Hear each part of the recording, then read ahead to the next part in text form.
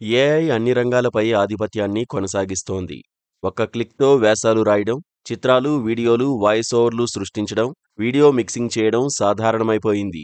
ఈ సాంకేతికత ఒకవైపు సమాజానికి ఉపయోగపడుతుంటే, మరోవైపు ఫేక్ న్యూస్, డీప్ ఫేక్ వీడియోల రూపంలో తప్పుడు సమాచారానికి తలుపులు తెరిచింది. ఈ డీప్ ఫేక్‌లు వ్యక్తుల గౌరవాన్ని, ప్రజాస్వామ్య వ్యవస్థలను దెబ్బతీసే స్థాయికి చేరాయి. ఇప్పుడిది ఆందోళనకరంగా మారింది. దీంతో పార్లమెంటరీ స్టాండింగ్ కమిటీ కీలక సిఫారసులు చేసింది.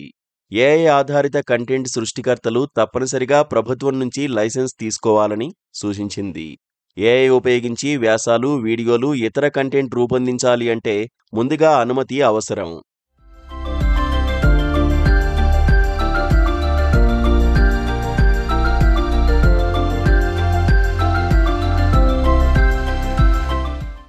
ఈ సిఫారసు వెనుక చాలా కారణాలు ఉన్నాయి.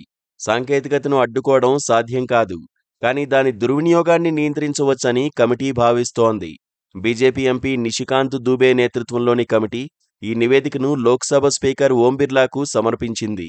రాబోయే పార్లమెంటు సమావేశాల్లో ఈ అంశంపై చర్చించి బిల్లు రూపంలో తీసుకురావాలని ప్రణాళిక వేస్తున్నారు. సమాచార మంత్రిత్వ శాఖ, ఎలక్ట్రానిక్స్ ఐటీ శాఖతో పాటు ఇతర విభాగాల మధ్య సమన్వయం తప్పనిసరని కమిటీ సూచన చేసింది. వివిధ శాఖల సహకారంతో నియంత్రణ మరింత పటిష్టమవుతుందని నమ్ముతున్నారు. ఇటీవల డీప్ ఫేక్ సమస్య రోజురోజుకు తీవ్రమవుతోంది. గతంలో రష్మికా మందన వంటి సెలబ్రిటీల డీప్ ఫేక్ వీడియోలు సంచలనం సృష్టించాయి.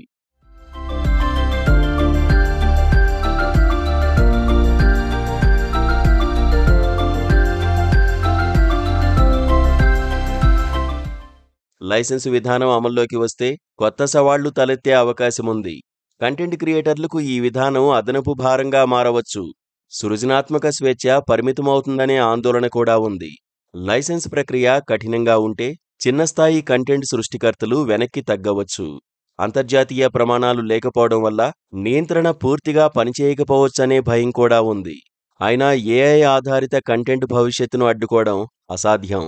బాధ్యతాయుతమైన వినియోగాన్ని నిర్ధారించేందుకు నియంత్రణలు అవసరం. లైసెన్సు విధానం పారదర్శకంగా, సులభంగా అమలైతే ప్రజాస్వామ్యాన్ని రక్షించడంతో పాటు సాంకేతికతను సమాజ శ్రేయస్సు కోసం ఉపయోగించవచ్చు.